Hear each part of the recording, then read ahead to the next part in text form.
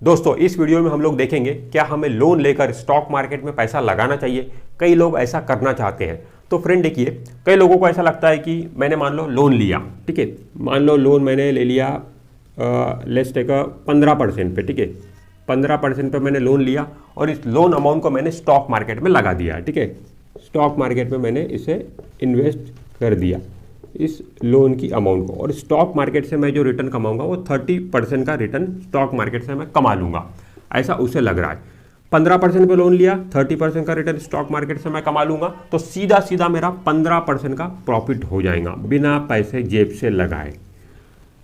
ऐसा कई लोगों को लगता है, बट दोस्तों ऐसा करना बिल्कुल गलत है, ऐसा सोचना बिल्कुल गलत है। क्योंकि दोस्तों ये लोन का जो परसेंटेज है ये तो फिक्स है, ये तो फिक्स है। आपकी इसकी ईएमआई आपकी बन जाएगी, उस ईएमआई से आपको तो पैसे देना ही है, ये तो फिक्स है। बट ये 30% दोस्तों ये फिक्स नहीं है, ये इनफैक्ट ये माइनस में भी जा सकता है। आपका मान लो 10% नुकसान हो सकता है, 20% नुकसान हो सकता है।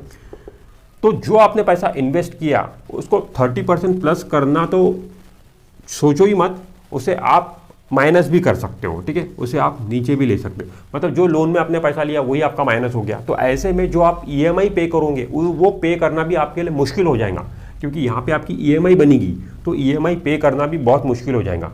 क्योंकि दोस्तों स्टॉक मार्केट में ऐसी कोई भी गारंटी नहीं है कि आपको 30% का रिटर्न मिल ही जाएगा। मिल भी सकता है, 40% भी मिल सकता है, बट लॉस होने की भी उतनी ही पॉसिबिलिटी है। तो दोस्तों ऐसा सोचना बिल्कुल गलत है, और कभी भी हमें लोन लेकर स्टॉक मार्केट में पैसा नहीं लगाना चाहिए, क्योंकि स्टॉक मार्केट का रिटर्न जो है वो फिक्स नहीं है, वो पैसा आपका लॉस में जा सकता है। दोस्तों कई लोगों ने स्टॉक मार्केट में अपना खुद का पैसा गवा दिया है, ठीक है। अब ये तो लोन का पैसा है, अगर आपने ये गवा दिया तो आप बहुत बड़ी मुसीबत में फंस जाओगे, क्योंकि ये पैसा आपका नहीं है, ये पैसा आपको लौटाना है। ये पैसा आपने गवा दिया तो आप बहुत बड़ी फाइनेंशियल प्रॉब्लम में फंस सकते हो। तो दोस्तों स्टॉक मार्केट को कभी भी एक बिजनेस की तरह मत लीजिए। आप ये मत सोचिए कि ये बिजनेस है, मैं 15% पे लोन ले लूँगा, 30% से रिटर्न कमा लूँगा तो 15% मेरा नेट प्रॉफिट बच जाएगा। ऐसा नहीं है। स्टॉक मार्केट को आप बिजनेस पॉइंट ऑफ व्यू से मत लीजिए, ये बिजनेस नहीं है, this is not a business, ये एक इन्वेस्टमेंट है, ठीक है। इसमें आप इन्वेस्टमेंट के बारे में सोचिए, ठीक है, ये एक इन्वेस्टमेंट है। इन्वेस्टमेंट पर्पज से ही स्टॉक मार्केट में आप पैसा लगाइए, ठीक है। बिजनेस पॉइंट ऑफ व्यू से इसमें आप पैसा मत लगाइए। बिजनेस अगर इससे समझेंगे तो आप लॉस में ही जाओगे। अगर दोस्तों आपके पास में कम पैसे हैं तो आप कम ही पैसे इन्वेस्ट करो। कोई जरूरी नहीं है कि लोन लेकर आपको पैसा लगाना है। आपके पास कम पैसे हैं तो कम ही पैसे इन्वेस्ट करो। आप कम पैसे से भी ज्यादा पैसा बना सकते हो। कैसे? पावर ऑफ कंपाउंडिंग के जरिए। स्टॉक मार्केट में पावर ऑफ कंपाउंडिंग काम करती है, पैसे पे पैसा बनता चला जाता है। आज आपने 1 रुपये इन्वेस्ट किया तो मे बी वो मान लो 4 साल में अगर पैसा डबल हो रहा है तो वो 1 के 2 हो जाएंगे, 4 साल में 2 के 4 हो जाएंगे, ठीक है, 4 के 8 हो जाएंगे हर 4 साल में। तो इस तरीके से ये पैसा बनता चला जाएगा। तो पावर ऑफ कंपाउंडिंग का बेनिफिट आप लो। कम पैसा है, कम इन्वेस्ट करो, बट लोन लेकर पैसा स्टॉक मार्केट में आप मत लगाइए। दोस्तों हम खुद के पैसे से अच्छा रिटर्न कमा सकते हैं, बट लोन के पैसे से हम अच्छा रिटर्न नहीं कमा सकते। मान लो कोई बंदा है, ठीक है, कोई बंदा है जिसका खुद का पैसा है, ठीक है, ओन मनी, ठीक है, ओन मनी मान लो उसके पास में है, लेट्स टेक मान लो 1 लाख रुपए, ठीक है, 1 लाख रुपए उसका एक खुद का पैसा है। और कोई दूसरा बंदा है जिसने लोन लिया हुआ है, ठीक है, उसके पास में ओन मनी नहीं है, उसके पास में लोन मनी है, ठीक है, उसके पास में लोन मनी 1 लाख रुपए, ठीक है। ये दोनों के पास में 1-1 लाख रुपए है। ये अपना खुद का पैसा इन्वेस्ट कर रहा है, ठीक है, और ये लोन का पैसा इन्वेस्ट कर रहा है। तो मैं यहाँ पे बोलूँगा कि इसके पैसे कमाने के चांसेस ज़्यादा है, ठीक है, इसके ज़्यादा पैसे कमाने के चांसेस है, और इसके कमाने के चांसेस बहुत कम है। इनफैक्ट इसके लॉस करने के चांसेस ज़्यादा है, ठीक है, इस बंदे के। ऐसा क्यों? क्योंकि दोस्तों ट्रेडिंग में ऑब्वियसली ट्रेडिंग के लिए बात करेंगे, क्योंकि हम ट्रेडिंग पॉइंट ऑफ व्यू से देख रहे हैं, ठीक है। कोई भी बंदा लोन लेकर स्टॉक मार्केट में पैसा इन्वेस्ट तो नहीं करेगा, 2-4-5 साल के लिए तो लगाएगा नहीं, वो ट्रेडिंग ही करेगा। तो ट्रेडिंग पॉइंट ऑफ व्यू से हम देख रहे हैं।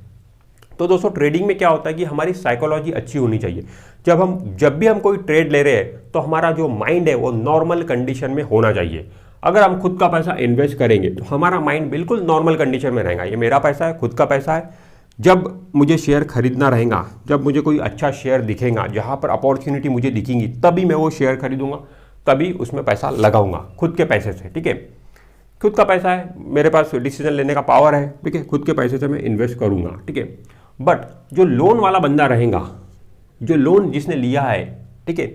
उसे तो पता है मुझे 15% पे मैंने लोन लिया हूँ, हर महीने मेरी EMI जाने वाली है, तो हर महीने मुझे स्टॉक मार्केट से पैसा कमाना ही है 20%, तभी तो मैं अपनी लोन की EMI भर पाऊंगा।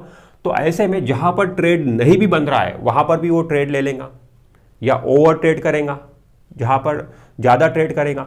तो ऐसे में क्या हो जाएगा कि ओवर ट्रेड करने के कारण जहां पर ट्रेड नहीं बन रहा है वहां पर भी वो रिस्क लेकर ट्रेडिंग करेगा, तो ऐसे में इसके लॉस करने के चांसेस बढ़ जाएंगे ओवर ट्रेडिंग की वजह से, ज़्यादा रिस्क लेने की वजह से। और इसको ये रिस्क लेगा ही लेगा, क्योंकि इसको पैसा कमाना ही कमाना है, क्योंकि लोन की EMI भरना है, लोन उसी के लिए तो लिया है, यहाँ से कमाना है और वहाँ देना है, तो उसको ट्रेड करना ही पड़ेगा। उसके पास में कोई चॉइस नहीं बचती है। अगर वो स्टॉक मार्केट से पैसा नहीं बनाएगा तो बोलेगा कि मैं लोन की EMI कैसे भरूं, तो ऐसे में वो ज़्यादा ट्रेड करने के कारण डेफिनेटली वहाँ पे लॉस ही करके निकलेगा। तो फायदे का सौदा बिल्कुल नहीं है। साइकोलॉजी पॉइंट ऑफ व्यू से भी देखें तो खुद का पैसे से ही हम ज़्यादा रिटर्न बनाने की पॉसिबिलिटी हमारी बनती है, लोन के पैसे से इनफैक्ट हमारे लॉस करने के चांसेस ज़्यादा बढ़ जाते हैं, क्योंकि साइकोलॉजी वहाँ पे डिस्टर्ब हो रही है, हमारा नॉर्मल माइंड वहाँ पे रहेगा नहीं जब हम लोन का पैसा लगाएंगे। तो दोस्तों जब हम लोन का पैसा लगाते हैं तो हमारे जो डिसीजन रहते हैं ट्रेडिंग को लेके, जो हमारे डिसीजन रहते हैं वो लॉजिकल कम और इमोशनल ज़्यादा हो जाते हैं। यहाँ पे लॉजिक हमारा कम काम करेगा, ठीक है, यहाँ पे हमारा जो लॉजिक रहेगा वो बिल्कुल काम ही नहीं करेगा, यहाँ पे हमारा इमोशन काम करेगा, क्योंकि हमें पैसा बनाना है, क्योंकि हमें लोन लिया है, EMI देना है। और यहाँ पर जब हम खुद के पैसे से पैसा खुद का इन्वेस्ट करेंगे तो यहाँ पे हमारा लॉजिक काम करेगा, लॉजिकल हमारे डिसीजन रहेंगे। शेयर खरीदना नहीं खरीदना लॉजिक के बेसिस पर हम खरीदेंगे, क्योंकि खुद का पैसा है, किसी को देना थोड़ी है। खुद का पैसा जब ट्रेड बनेगा, अच्छा ट्रेड मिलेगा तभी ट्रेड लेंगे, तो हमारे प्रॉफिट करने के चांसेस भी वहाँ पे बनेंगे। तो ये होता है दोस्तों। और इसके बाद में दोस्तों जो अगर आप खुद का पैसा भी इन्वेस्ट कर रहे हो तो मैं बोलूँगा कि आप वो वाला पैसा इन्वेस्ट करो जिस पैसे की जरूरत आपको एटलीस्ट 2 से 3 साल तक नहीं है, ठीक है, 2 से 3 साल तक आपको उस पैसे की जरूरत नहीं है, वही वाला पैसा आप खुद का इन्वेस्ट करो।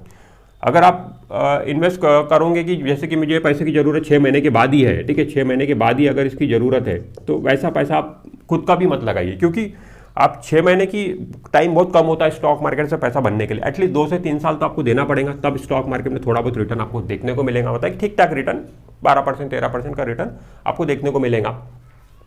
तो दोस्तों खुद का पैसा भी वही लगाना है जिस पैसे की जरूरत एटलीस्ट 2-3 सालों तक नहीं है, वरना ये नहीं कि आपने आज पैसा इन्वेस्ट किया और कल से ही आप रिटर्न देखना चालू कर दिए, ठीक है, फिर आपको दिख रहा है कि मेरा रिटर्न तो 5% माइनस चले गया, 6% 10% माइनस चले गया, तो ऐसे में आप डिस्टर्ब रहोगे। तो पीरियड आप थोड़ा लंबा रखिए, तो आज 6% माइनस है तो वापस से घूम के 10% प्लस पे भी आएगा, 12% प्लस पे भी आएगा, ये होता है, ठीक है। तो थोड़ा पेशेंस के साथ में आप स्टॉक मार्केट में पैसा इन्वेस्ट करोगे तो डेफिनेटली वहां पर आपकी अच्छी वेल्थ बनेगी। तो दोस्तों इस वीडियो में इतना ही। अगर ये वीडियो आपको अच्छा लगा तो वीडियो को लाइक करिए, चैनल को सब्सक्राइब करिए। मैं मिलता हूं आपसे नेक्स्ट वीडियो में। This is Imran Shaikh signing of.